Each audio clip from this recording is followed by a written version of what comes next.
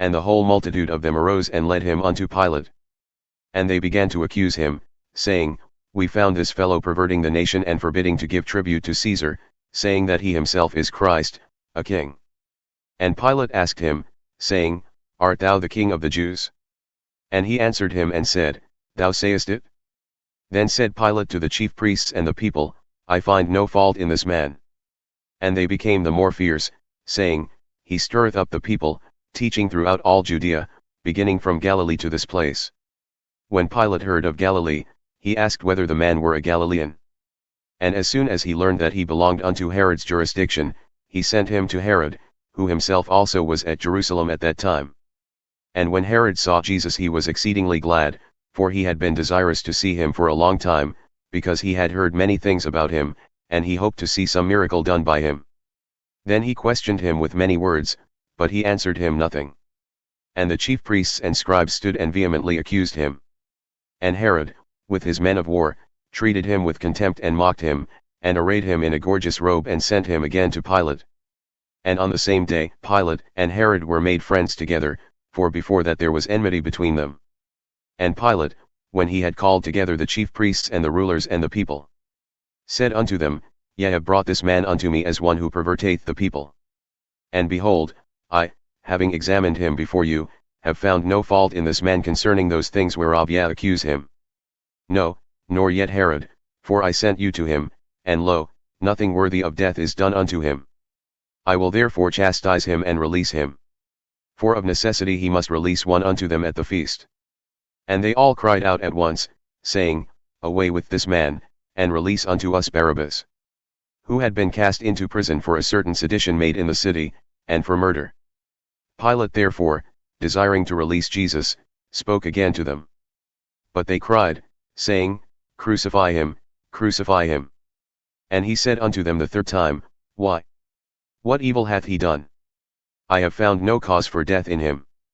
I will therefore chastise him and let him go. But they were instant with loud voices, requiring that he might be crucified. And the voices of them and of the chief priests prevailed. And Pilate gave sentence that it should be as they required. And he released unto them the one who for sedition and murder had been cast into prison, whom they had desired, but he delivered Jesus to their will. And as they led him away, they laid hold upon one Simon, a Cyrenian, coming out of the country, and on him they laid the cross, that he might bear it after Jesus.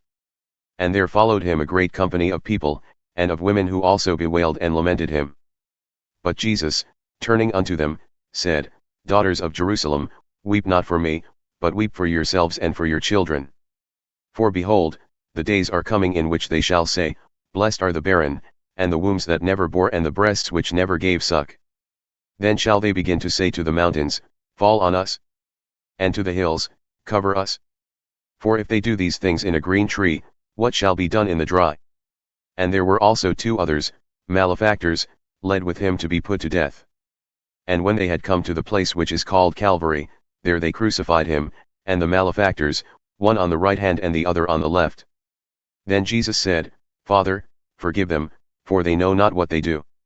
And they parted his raiment and cast lots. And the people stood beholding. And the rulers who were also with them derided him, saying, He saved others, let him save himself if he be Christ, the chosen of God. And the soldiers also mocked him, coming to him and offering him vinegar. And saying, If thou art the King of the Jews, save thyself. And a superscription also was written over him in letters of Greek and Latin and Hebrew, This is the King of the Jews. And one of the malefactors who was hanged railed against him, saying, If thou be Christ, save thyself and us. But the other answering rebuked him, saying, Dost not thou fear God, seeing thou art under the same condemnation? And we indeed justly, for we receive the due reward of our deeds. But this man hath done nothing amiss. And he said unto Jesus, Lord, remember me when thou comest into thy kingdom. And Jesus said unto him, Verily I say unto thee, Today shalt thou be with me in paradise. And it was about the 6th hour, and there was a darkness over all the earth until the 9th hour. And the sun was darkened, and the veil of the temple was rent in the midst. And when Jesus had cried out with a loud voice, he said, Father, into thy hands I commend my spirit. And having said thus, he gave up the ghost. Now when the centurion saw what was done, he glorified God, saying, Certainly this was a righteous man. And all the people who came together to that sight, beholding the things which had been done, smote their breasts and returned. And all his acquaintances and the women who had followed him from Galilee stood afar off, beholding these things. And behold, there was a man named Joseph, a council member, and he was a good man and a just. The same had not consented to their counsel and deed. He was of Arimathea, a city of the Jews, who himself also waited for the kingdom of God. This man went unto Pilate and begged the body of Jesus. And he took it down and wrapped it in linen, and laid it in a sepulchre that was hewn in stone, wherein never man before was laid. And that day was the preparation, and the Sabbath drew near. And the women also, who came with him from Galilee, followed after, and beheld the sepulchre and how his body was laid.